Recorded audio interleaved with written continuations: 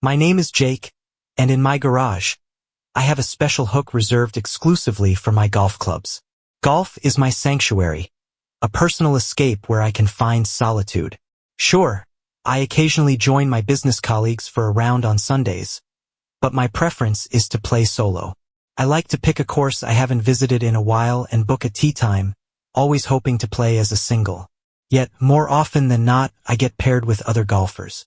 When I'm not forced into small talk with strangers, I can truly immerse myself in the game, and that's what I cherish most about golf. I'm not the most talented player out there.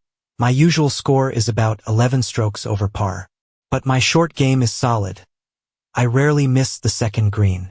Still, my performance isn't always consistent. Some weeks, my shots seem to find their mark with ease, while on others, I spend the day battling sand traps. Fellow golfers, I'm sure you know what I mean. After a frustrating game one weekend, I walked into the house, heading straight to the kitchen to wash some dishes and grab a cold beer. That's when I overheard my wife, Sarah, chatting animatedly on the phone through the open window. Last summer, we had a pool installed in the backyard, and Sarah absolutely adored it. On hot days, she would often take a dip to cool off. We'd relax together by the water, sometimes basking in the sun, other times sitting in the shade of the trees. Watching her enjoy those moments always brought a smile to my face. Sarah loved wearing her favorite swimsuits around the pool, and I couldn't help but admire her. She had this way of making even the simplest bikinis look stunning. But as I stood there that evening, her conversation caught my attention and made me freeze in place. "Oh, absolutely. We'll have to wear those snug swimsuits, like the ones from our spring break in college," she said, laughing. "Do you remember how the guys couldn't take their eyes off us back then? It'll be so much fun to tease our husbands. Who knows? Maybe some of them will even get embarrassed and have to hide in the water to avoid showing it. We'll see who can keep their cool." She giggled again. "This is going to be hilarious. Honestly, I can't wait. Who do you think should mess with my husband? He's definitely not going to love it, but I can't stop laughing just imagining it." Sarah's laughter rang out, and she continued, Okay, I'll stop now. I've got to go. Jake's going to be back from golf soon, and we're planning to barbecue tonight. It'll be nice to unwind after a busy week. Sundays are my favorite. He golfs and I relax by the pool. Later in the evening, I like to read, sunbathe, and just soak in the peaceful vibe. Anyway, I can't wait for us all to get together. Talk to you soon. When she hung up, I realized I'd been holding my breath and let out a long sigh. I couldn't help but wonder what exactly she was planning. Whatever it was, it sounded like some elaborate joke at my expense. My mind raced with possibilities, imagining myself as the target of some prank. Sarah and I have been married for 6 years. We met in college, and while I won't go into every detail of how we got together, I will say that I chased her for 3 years before she finally agreed to date me. We tied the knot a month before graduation and moved into a cozy 2-bedroom apartment near campus. Our friends envied us for how solid our relationship was, and honestly, that bond hasn't wavered to this day. Over time, most of our college friends paired off, got married, and started their own families. Since Sarah and I were the first couple in our group to tie the knot, we were often seen as the veterans of marriage. Recently, her friends decided to skip the formal reunion for their college's 5-year anniversary. Instead, they rented a beach house for a weekend getaway. Sarah was thrilled by the idea, and I thought it sounded like a good time too. I wasn't close to many people during college. I spent most of my time balancing football to keep my scholarship and studying for my double major in business and accounting. Between practices, classes, and Sarah, I didn't have room for much else. Sarah, on the other hand, earned a psychology degree with ease and always seemed to have time for her friends. Even after we got married during our senior year, her social calendar stayed packed. Whenever I wasn't on the field or at the gym, Sarah and I would carve out moments to be alone together. The weekend trip was scheduled for 2 weeks later. Sarah's group booked a spacious 6-bedroom beach house and planned 3 days of fun. I'd met all of Sarah's friends and a couple of their husbands before, so I wasn't worried about feeling out of place. Truthfully, it seemed like the trip would be more enjoyable for her than for me, as most of the group were her close college friends. The plan for us husbands was pretty straightforward. Hang out, swim, grill some food, and drink beer. But that phone conversation still stuck with me. What did Sarah mean about the girls wearing revealing swimsuits and teasing us? Were they trying to relive their carefree college days? I've always tried to avoid awkward situations, and Sarah knows that about me better than anyone. I always suspected that Sarah secretly enjoyed the attention I gave her. On Friday, we all gathered at the rented beach cottage. Some friends arrived earlier to soak up the sun, while others joined us later in the evening after dinner. That night, we had a fantastic time sitting around the campfire. We shared drinks, swapped stories, and reminisced about our college days. The conversation drifted to our future plans after graduation, and one couple mentioned they had recently welcomed a baby. The rest of the group agreed they were holding off on starting families for a few more years. Interestingly, Sarah and I had been talking about expanding our own family recently. After some heartfelt discussions, we realized we were both ready to take that next step. Sarah had even stopped using contraceptives, confident in our decision as the longest married couple in the group. The following day, Saturday, was dedicated to the activities planned by our wives. We spent the day under the sun, swimming, and enjoying plenty of cold drinks. By the time evening rolled around, I was surprised to see that all the girls were wearing fairly modest swimsuits. After overhearing Sarah's phone conversation with her friend Angie a couple of weeks ago, I had been expecting something much bolder. I'll admit, the idea of seeing the women in more revealing outfits stirred some excitement in me, though I wasn't thrilled about other guys staring at Sarah in such attire. Yes, I know it's a bit of a double standard, but it's just how I felt. That night, we enjoyed another quiet evening by the grill, sharing laughs and conversations. By 10 p.m., most of us were ready for bed. It turns out that married life had adjusted all of us to early nights, a far cry from the wild college days. While some passion-filled moments likely occurred behind closed doors, the long day in the sun and the drinks had left everyone ready to crash. Sunday morning began much like Saturday, with a relaxed atmosphere and everyone savoring the peaceful beach vibes. That afternoon, the wives sent us men ahead to the beach to set up blankets, position umbrellas, and place coolers of drinks. Nothing seemed out of the ordinary until I realized I couldn't find my swim trunks. I was certain I had left them near the bathtub the day before. When I asked Sarah, she said she hadn't seen them but offered me a spare pair she had in her bag. Grateful, I slipped them on and headed to the beach with the others. Women, as you know, always take longer to get ready, even for a casual beach day.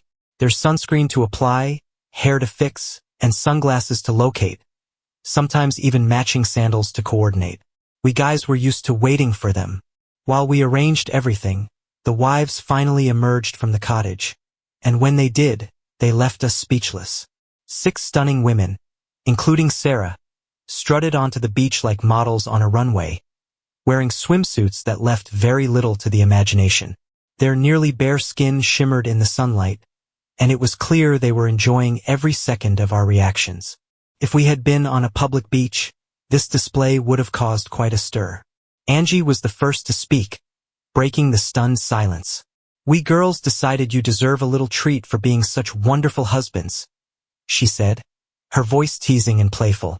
She ran her hands over her hips with a knowing smile. "These curves could use a tan after all. So we thought we'd give you guys a little show today. Hope no one minds." None of us knew how to respond. As much as we tried not to stare at the other wives, it was nearly impossible not to notice how striking they looked. I'll admit, my focus drifted to one of the women whose swimsuit barely contained her figure. I shook the thought away, forcing myself to act natural. After lunch, the wives suggested playing paddleball. It's a simple game where you hit a rubber ball back and forth using wooden paddles, keeping it from touching the ground. But as we played, it became difficult to focus on the ball. The women's movements, their constant adjusting of swimsuits, and their carefree laughter kept distracting us. It was a little overwhelming, and I could tell I wasn't the only guy struggling to keep it together. Feeling a bit flustered, I excused myself and headed into the water. I needed to cool off, not just physically but mentally as well. Waist deep in the water, I turned back to look at the scene on the beach, only to find that all activity had stopped. The women were watching me, grinning from ear to ear. "What's everyone staring at?" I asked, trying to sound casual. Sarah's voice cut through the silence. "Why are you standing in the water alone?" she asked, her tone playful. I stammered something about needing to cool down. Sarah's knowing smile widened as she replied, loud enough for everyone to hear, "Oh, I know exactly why. You didn't want anyone to notice, did you?" Laughter erupted, and I felt my face flush. I glanced down and suddenly realized why she was so amused. My swim trunks were gone. A wave of panic washed over me as I spotted the remnants of the trunks floating nearby. It hit me like a ton of bricks. Sarah had given me disappearing swim trunks. This was the prank she and Angie had been planning all along. The realization made my heart pound in my chest. Memories of my childhood came flooding back, of moments where I'd felt humiliated and exposed. Sarah had known about those experiences, yet she'd chosen to turn me into the butt of a joke. The laughter from the group felt deafening. It wasn't just about a lost pair of trunks. It was the betrayal, the public embarrassment, and the reminder of a past I tried to leave behind. In that moment, something inside me shifted. I made a decision. Instead of hiding, I stood tall, removed the last bit of fabric clinging to my leg, and walked calmly out of the water. The laughter faded as I marched toward the cottage, ignoring Sarah's calls after me. Each step felt like another piece of my trust in her crumbling away. Once inside, I changed into shorts, grabbed my wallet and keys, and left. I didn't look back. For now, I needed space to process what had just happened. I didn't glance back as I drove away, unsure if anyone from the group was watching me leave. It didn't matter, I just needed to go home. Meanwhile, Sarah, oblivious to the gravity of what had happened, thought everything had gone perfectly. She chuckled to herself, recalling how the girls had laughed and bounced around in their snug swimsuits, while the guys struggled to keep their composure. She knew Mike had been the first to dive into the water, and her disappearing swim trunks prank had worked just as planned. The moment he realized what was happening, a mix of emotions, shock, embarrassment, and confusion, flashed across his face. Sarah had initially planned to tease Mike a little before tossing him the spare swim trunks from her bag. She imagined they'd both laugh it off, and the day would continue as usual. Instead, Mike had walked past everyone and headed straight for the cottage, leaving the group stunned. She couldn't help but feel a bit annoyed when he strode away, completely exposed, right in front of her friends. Despite her irritation, she noticed some of the girls glancing at Mike with admiration, whispering about how lucky she was to have such an attractive husband. Still, Sarah began to realize she might have miscalculated. As the fun began to wind down, she told the group she was going to check on Mike. She hoped to smooth things over, perhaps with an apology or a kind gesture. On her way to the house, a troubling thought struck her, freezing her in place. What if this joke had reopened wounds from Mike's past? She remembered the painful stories he'd shared about his childhood, how his mother had often humiliated him in front of others. Maybe that same emotion of shame was what she'd seen on his face when he stood in the water, looking so lost. A wave of guilt washed over her. She knew Mike had never forgiven his mother for those moments and had become distant from her as a result. Sarah, in contrast, had maintained some level of communication with Mike's mother, but she now wondered if she'd unintentionally repeated the same kind of harm. She tried to push these thoughts aside, convincing herself that a few heartfelt words and gestures would be enough to fix everything. When Sarah stepped into the cottage, she called out for Mike, her voice echoing through the empty house. No answer. She searched every room, her worry growing with each step, but Mike was nowhere to be found. Looking out the window, she noticed their car was missing. Confused, she couldn't understand why he would leave so abruptly. It was just a harmless prank. Surely he was overreacting? Sarah grabbed her phone to call him, but the ringtone came from the dresser in their bedroom. Mike had left his phone behind. Frustrated and unsure how to reach him, she decided he probably needed some time to cool off and would return when he was ready. With that, She headed back to the group at the beach. As she approached, all eyes turned to her, and the girls immediately asked where Mike had gone. When she explained that he was missing and their car was gone, a few of the guys exchanged worried glances. Her friends tried to reassure her, suggesting Mike had just taken the joke the wrong way and would be back soon. Eventually, the group moved on, returning to their games and laughter. But Sarah couldn't shake the uneasy feeling in her chest. Meanwhile, Mike's thoughts churned as he drove. He replayed the events of the day in his mind, each memory stinging more than the last. How could Sarah, the one person he trusted most, have orchestrated such a public humiliation? The prank wasn't just a harmless joke to him, it felt like a deliberate betrayal. Childhood memories of shame and ridicule bubbled to the surface, making it impossible to let the incident go. He wondered if Sarah had done this intentionally, knowing how much it would hurt him. Did she enjoy seeing him embarrassed? The thought sent a chill down his spine. If the roles were reversed, if he had done something similar to her, like pulling off her swimsuit in front of everyone, would she laugh it off? No, he thought. She would feel humiliated and furious. By the time Mike reached home, he had made up his mind. He wasn't going to brush this off or pretend it hadn't happened. For the sake of his dignity and self-respect, he needed to create distance. Without hesitation, he packed what he needed for the week: clothes, documents, his laptop, and left the house, determined not to face Sarah anytime soon. Back at the beach, the evening crept in, and the group began packing up to leave the cottage. Without a car of her own, Sarah asked Angie for a ride home. The drive was quiet, Sarah lost in thought. She couldn't ignore the awkwardness she had noticed earlier. Some of the guys avoided eye contact, while others seemed uncomfortable. Their behavior only deepened her worry. Had she made a terrible mistake? When Sarah arrived home, the dark, empty house only heightened her anxiety. She had hoped Mike would be there, but his absence confirmed her fears. She didn't know how to reach him without his phone and felt a pang of regret for not thinking things through. The realization that her prank had backfired hit her hard. Unable to stay in the house alone, Sarah decided to book a room at a nearby hotel. Exhausted and overwhelmed, she took a long shower, hoping to wash away her tension. Settling in front of the TV, she tried to distract herself, but her mind kept returning to the events of the day. Somewhere between her thoughts, she drifted off to sleep. It was 4 o'clock in the morning when I woke up and got ready for work. I usually arrived at the office by 6 o'clock, well before the rest of the team. As I prepared for the day, I wasn't surprised that Mike hadn't come home or reached out to me. Still, a mix of anxiety and anger bubbled inside me. She realized how her thoughtless joke had shattered her marriage. People often asked if she had tried to talk to Mike, but the truth was, he had never given her the chance.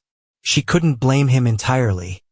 She had betrayed his trust in a way that was almost irreparable.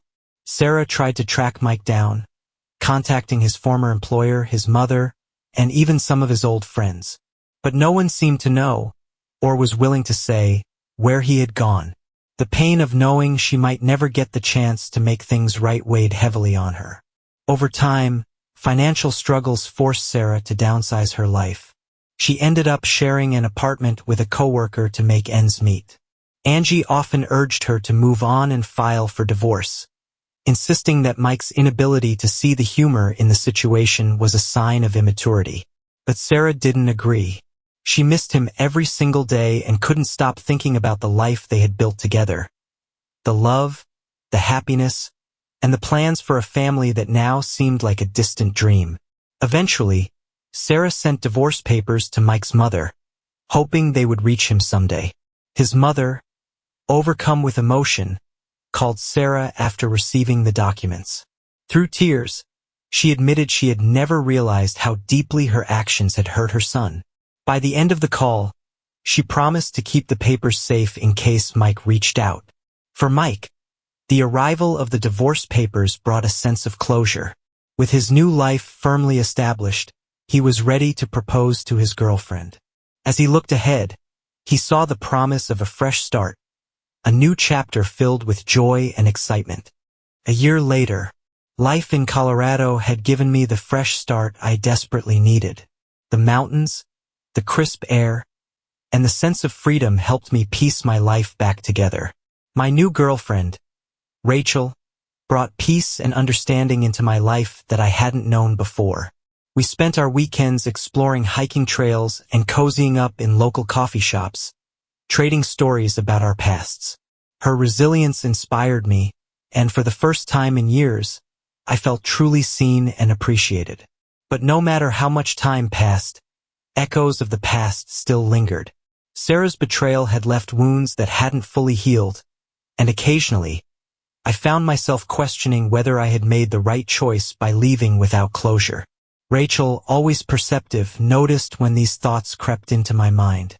"You've come so far," she said one evening as we sat watching the sunset from my porch. "But I can see it in your eyes, you're still holding on to something. Maybe it's time to let it go." Her words struck a chord. I knew Rachel wasn't trying to push me, but rather help me find peace.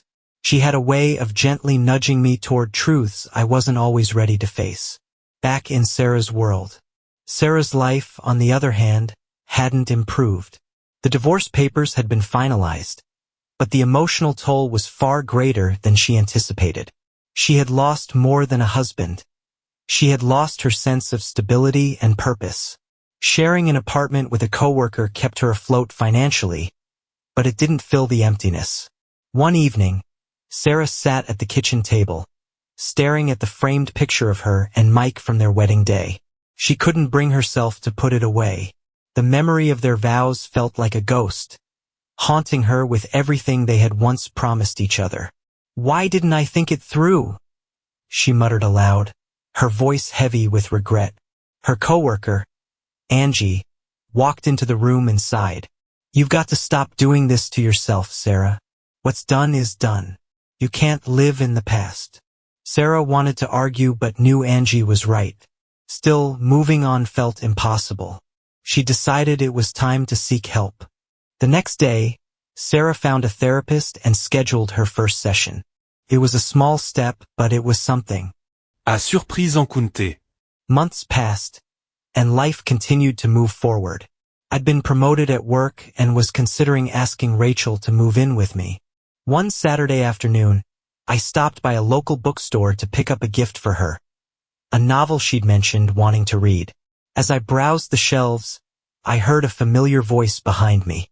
"Mike!"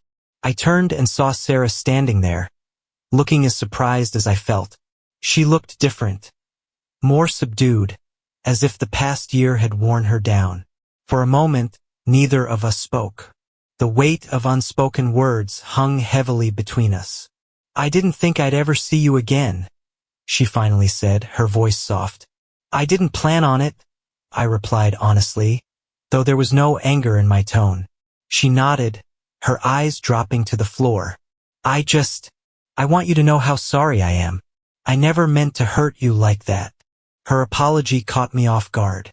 Part of me wanted to walk away, but another part, the one that Rachel had encouraged, felt compelled to hear her out.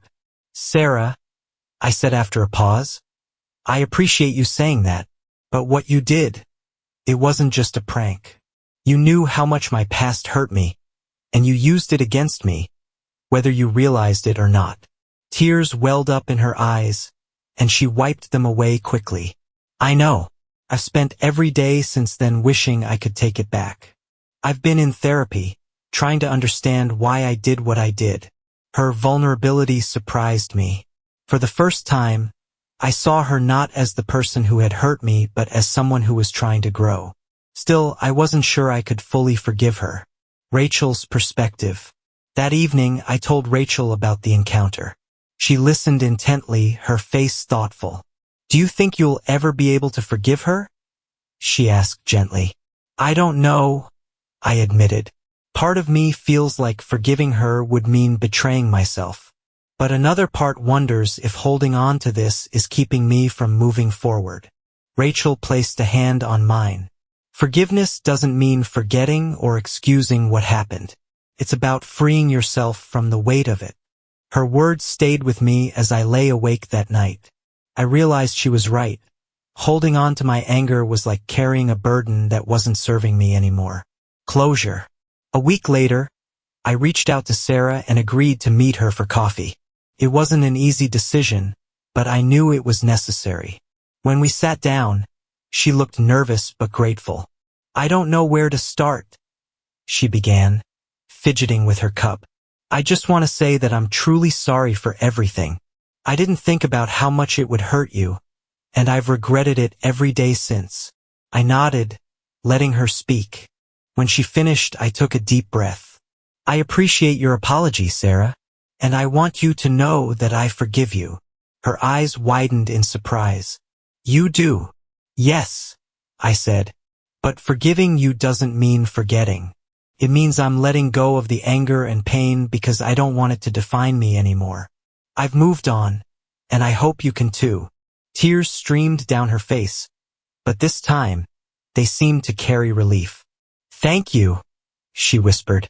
"That means more than you know." We parted ways on good terms, and for the first time I felt a sense of peace. A new beginning. With that chapter of my life finally closed, I focused on the future. Rachel and I grew closer, and I proposed to her during a hike on a sunny spring afternoon. She said yes, her smile lighting up my world. As we planned our wedding, I felt grateful for the journey that had led me to this point. The pain of the past had taught me resilience, and Rachel had shown me the power of love built on trust and understanding. Life wasn't perfect, but it was ours, and for the first time in years I felt whole. Would you like to expand further or adjust any part of this continuation? Вы сказали. Now make continue for 10K symbols. Чат сказал. Here's a detailed continuation of the story to extend it by approximately 10,000 symbols. The life ahead. With the closure I found after meeting Sarah, I thought I had turned a page in my life for good. Rachel and I were moving forward, planning a future together filled with love and shared dreams. Yet, life has a way of surprising us when we least expect it. One evening, as Rachel and I were finalizing some details for our small, intimate wedding, I received an unexpected phone call. The number was unfamiliar, but something compelled me to answer. "Hello," I said, unsure of what to expect. "Mike, it's your mom." Her voice immediately took me back to a time I'd worked hard to forget. We hadn't spoken in years, and her reaching out felt like a distant echo of a life I'd left behind. There was a pause before she continued, her tone hesitant. "I heard from Sarah. She told me about the divorce and how everything fell apart.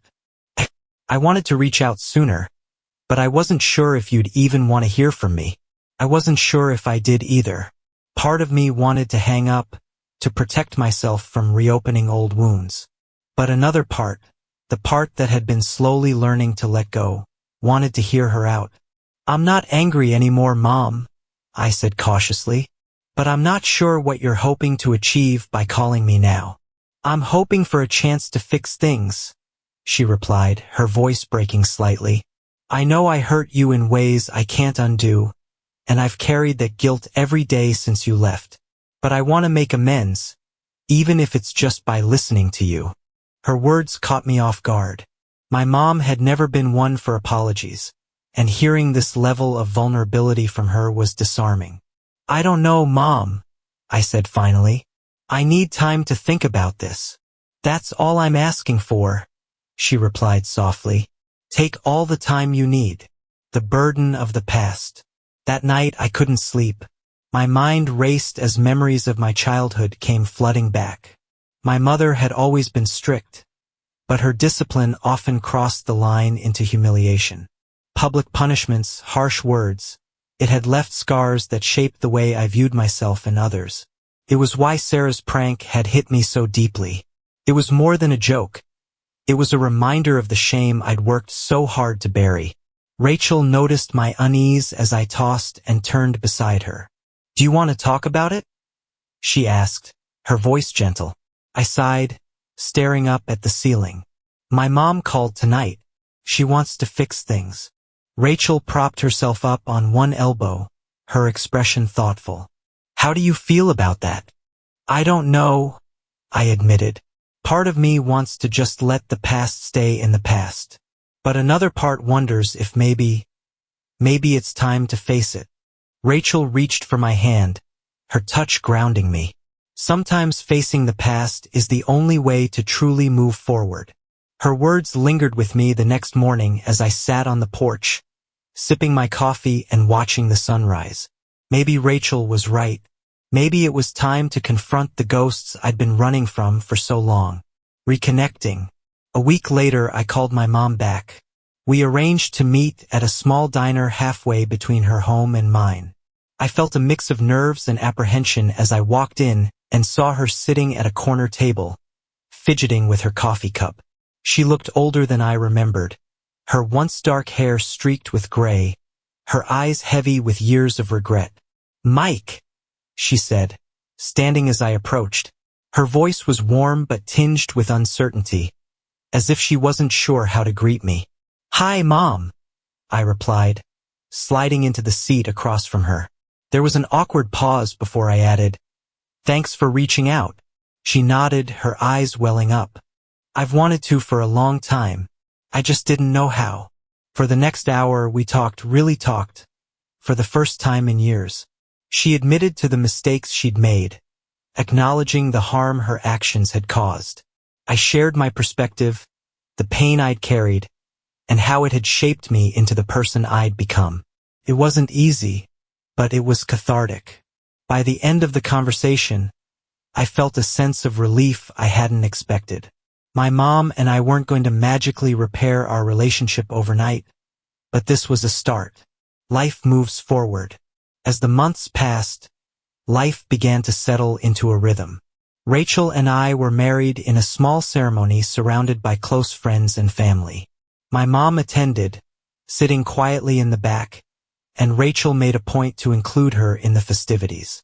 It was a bittersweet moment, seeing her there, but it felt like a step toward healing. Meanwhile, Sarah had moved on in her own way.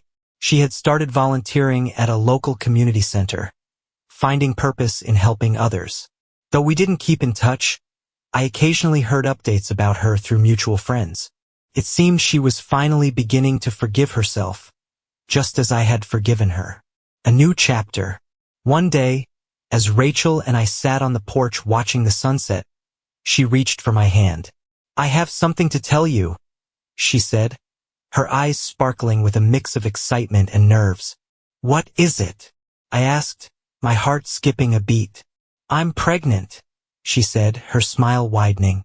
For a moment I was speechless. Then, a wave of joy and disbelief washed over me. "Are you serious?" I asked, my voice cracking with emotion. She nodded, tears streaming down her cheeks. "We're going to be parents, Mike." The news felt like the culmination of everything I'd been working toward. A life filled with love, trust, and new beginnings. As I held Rachel close, I thought about how far I'd come, from the pain of my past to the hope of my future.